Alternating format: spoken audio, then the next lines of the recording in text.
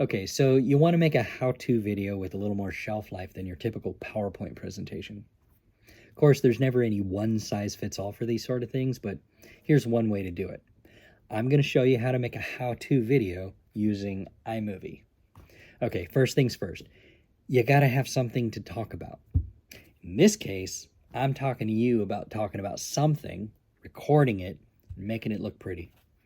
All right, now you could just hit the record button with your web camera and start talking. Then all you got to do is cut out all the dead air. It's not so bad if you know what you're going to talk about. But it gets a bit difficult when you got to time box those important things you want to say in like 5 minutes or so. In that case, you want to fine tune your words with a script. Heck, I'm reading from a script right now. Still, you got to make the words flow naturally out of your mouth.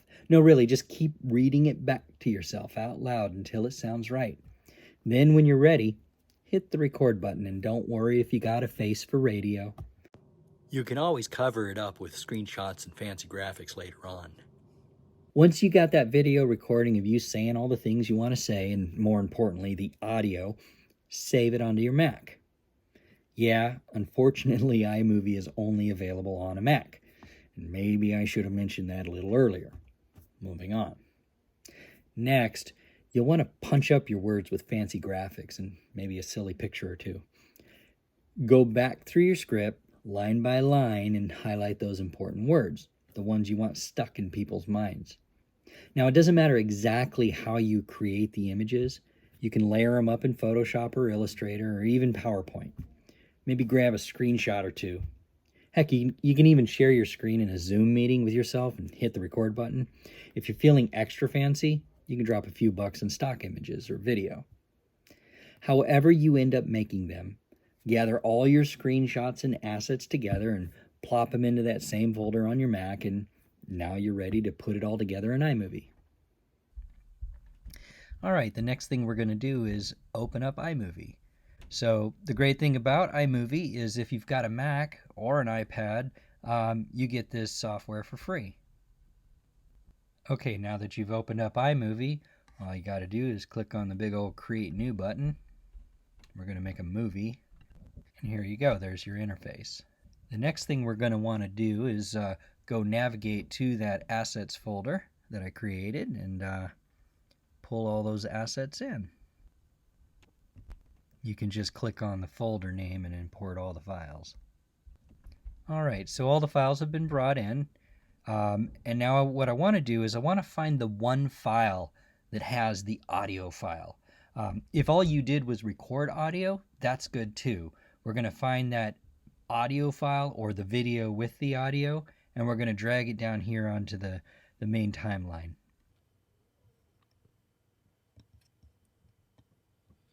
And this should look pretty familiar. This is the part of the video that you just watched. Now I'm going to make the video.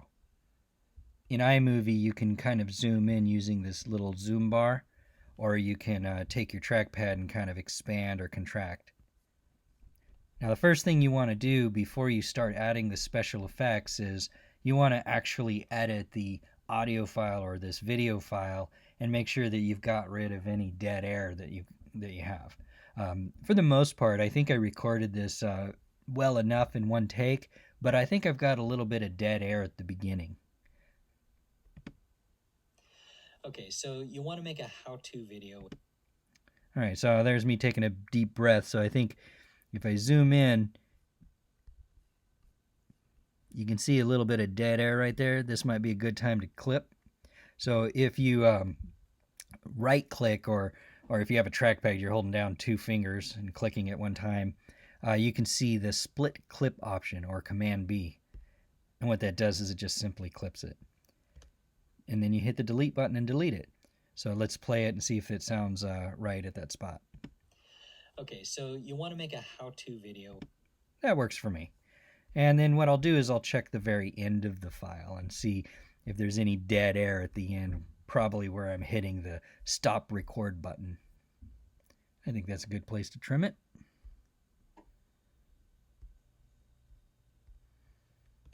So the next thing I'm going to do is I'm going to look at my script And earlier I had highlighted the parts of the script where I want to punch it up with some slides and whatnot. So I'm going to try to figure out where those should go and cue it up.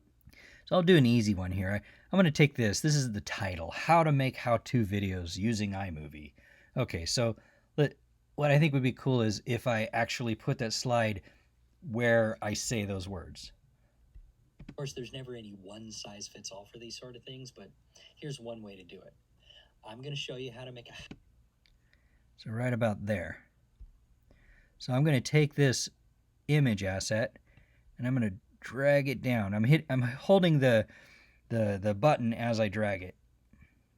So let's see what that looks like. Here's one way to do it. I'm going to show you how to make a how-to video using iMovie. So right about there where I stopped talking, I want the image to disappear. So I'm going to scrub to that spot where I want to trim it. And then I'm going to find the handle on the edge of this image and just drag it to that scrub head. All right. Now you'll notice iMovie does one thing that's kind of annoying. When you drag an image in, a static image, it likes to add this little effect to give animation. I think that's kind of hokey, so I want to turn that off. So what you do is you click on that image, and then you go to that little crop button up here, and they call that a Ken Burns effect. I'm just going to put that to fit. Now you're going to have to do that for all of the images that you eventually drag in, but that's pretty much what I'm going to do. So now I'm going to play it back and watch how the title appears. There's one way to do it. I'm going to show you how to make a how-to video using iMovie. Okay. All right, so that was the easy one. I'm gonna go ahead and start adding more of these slides, and I'll just you can watch me work as I do this.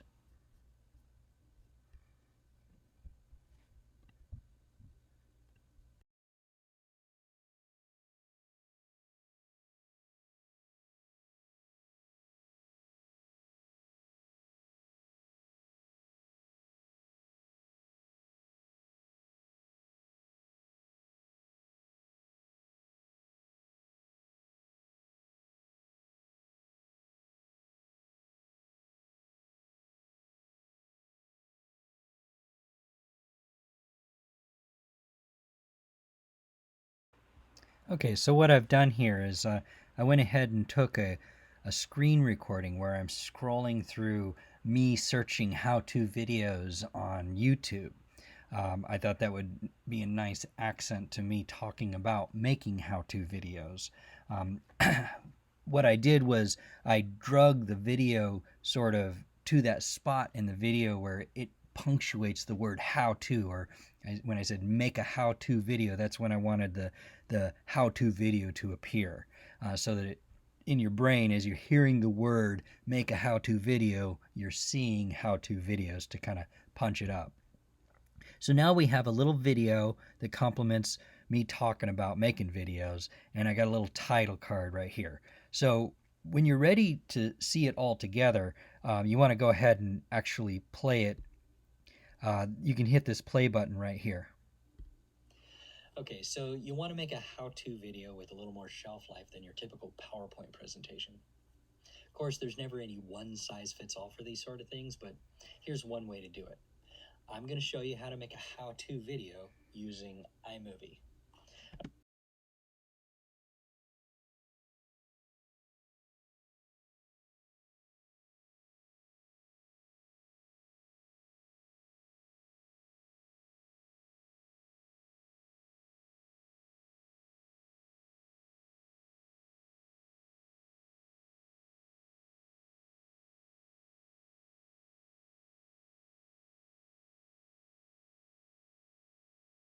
All right, at this point, I say you could just hit the record button. At that point, I made a video recording on my camera of me hitting the record button, and I thought that'd be nice and silly. So let's see if that actually works.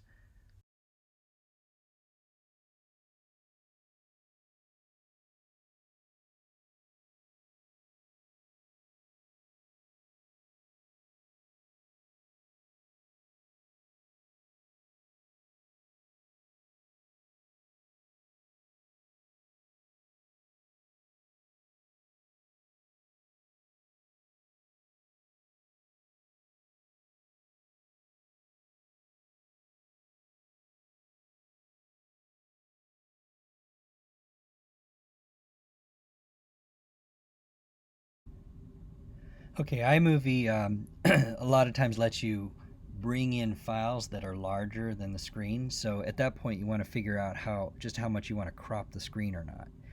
In this case, you can go to the crop button. Try hitting that fit button. Let's see if that works.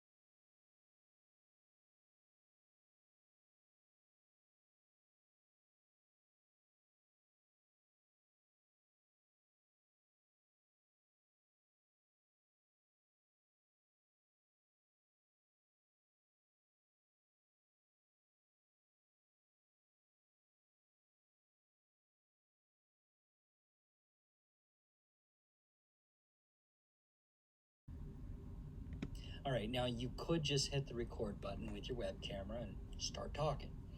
Then all you got to do is cut out all the dead air.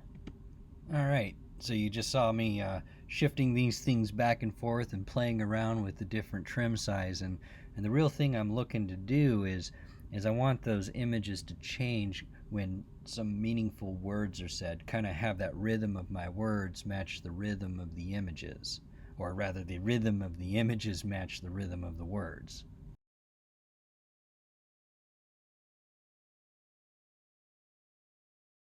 I think this is a good place to put a picture of the script.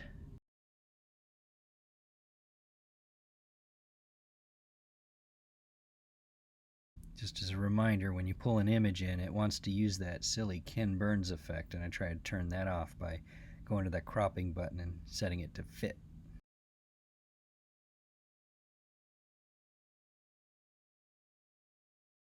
Now, you're not going to always want to use all the images. In my case, I created more images than I needed to see if I could create different effects.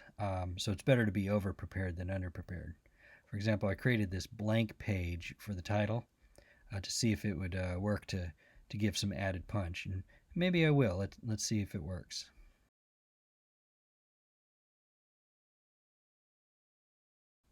I'm going to show you how to make a how-to video using iMovie. I think that works nicely, so I'm going to go ahead and leave that. Could have left it out, but that's a creative choice. Now, depending on the kind of presentation that you're creating, maybe you want to make it more like a PowerPoint presentation where you have multiple images and you're just going from one image to another. In this case, I wanted to experiment with being the narrator and sort of showing myself talking and accenting it with different images. But I could have just recorded an audio by itself and had a bunch of slides all queued up.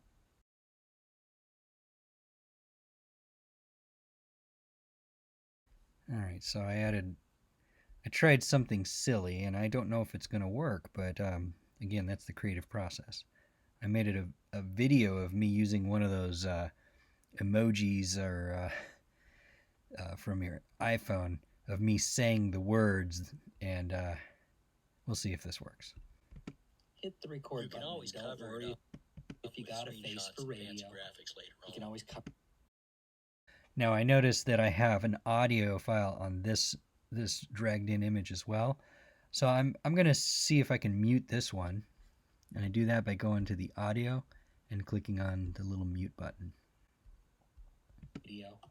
You can always cover it up with screenshots and fancy graphics later on. So I noticed that the words coming out of my mouth don't align for both videos. So I'm going to try cropping the original video and sliding in this new video.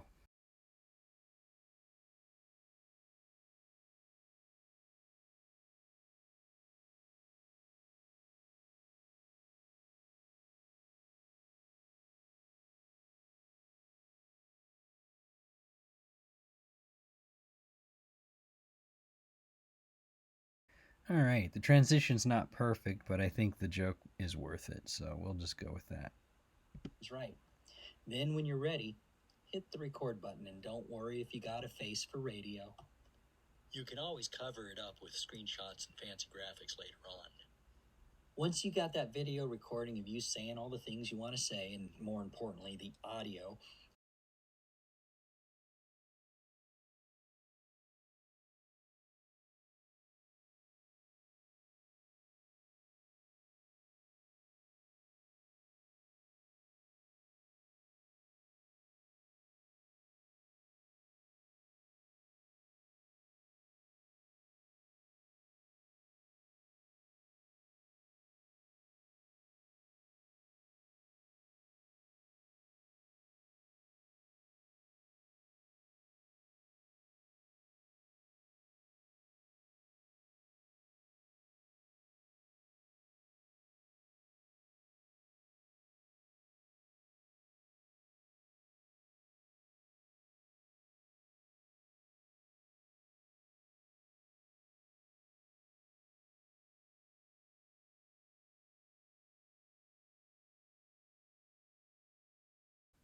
okay, so I also decided to show this screenshot where I'm highlighting the words, where I tell people to keep reading it back to themselves and modify the script until it sounds like their own words. No, really, just keep reading it back to yourself out loud until it sounds right.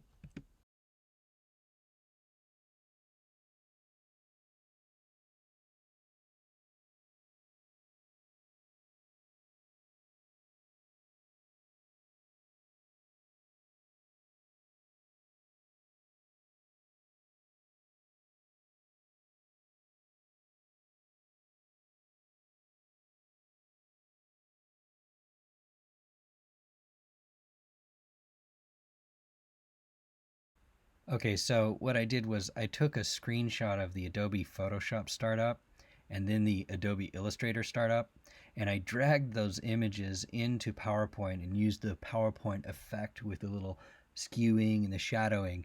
And the gag is that I then took a screenshot of PowerPoint where I'm making the picture in PowerPoint, and I try to animate it together to illustrate how you can use Photoshop, Illustrator, or PowerPoint. Up in Photoshop or Illustrator or even PowerPoint. Maybe grab a screenshot or two.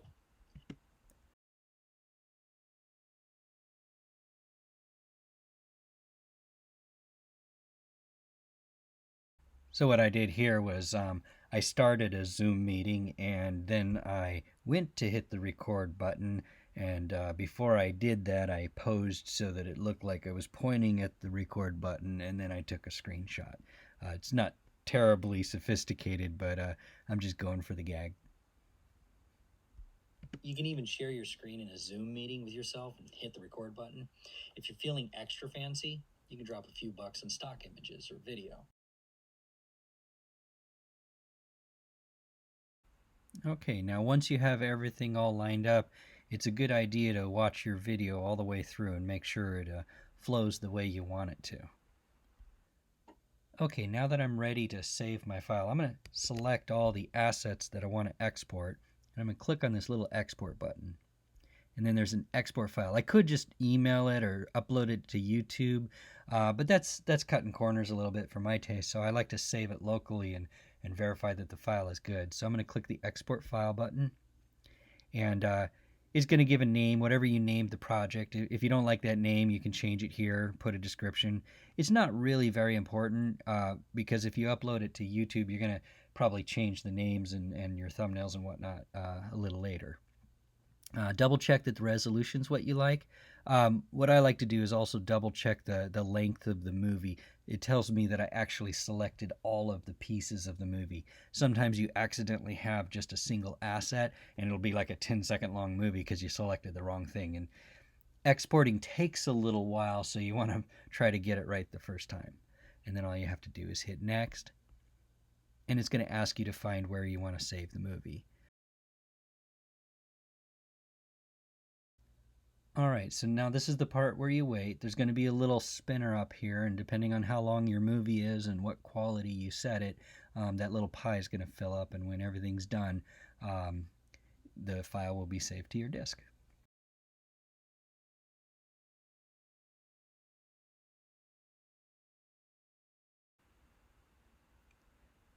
After that, I'll be able to take this video and then save it to YouTube.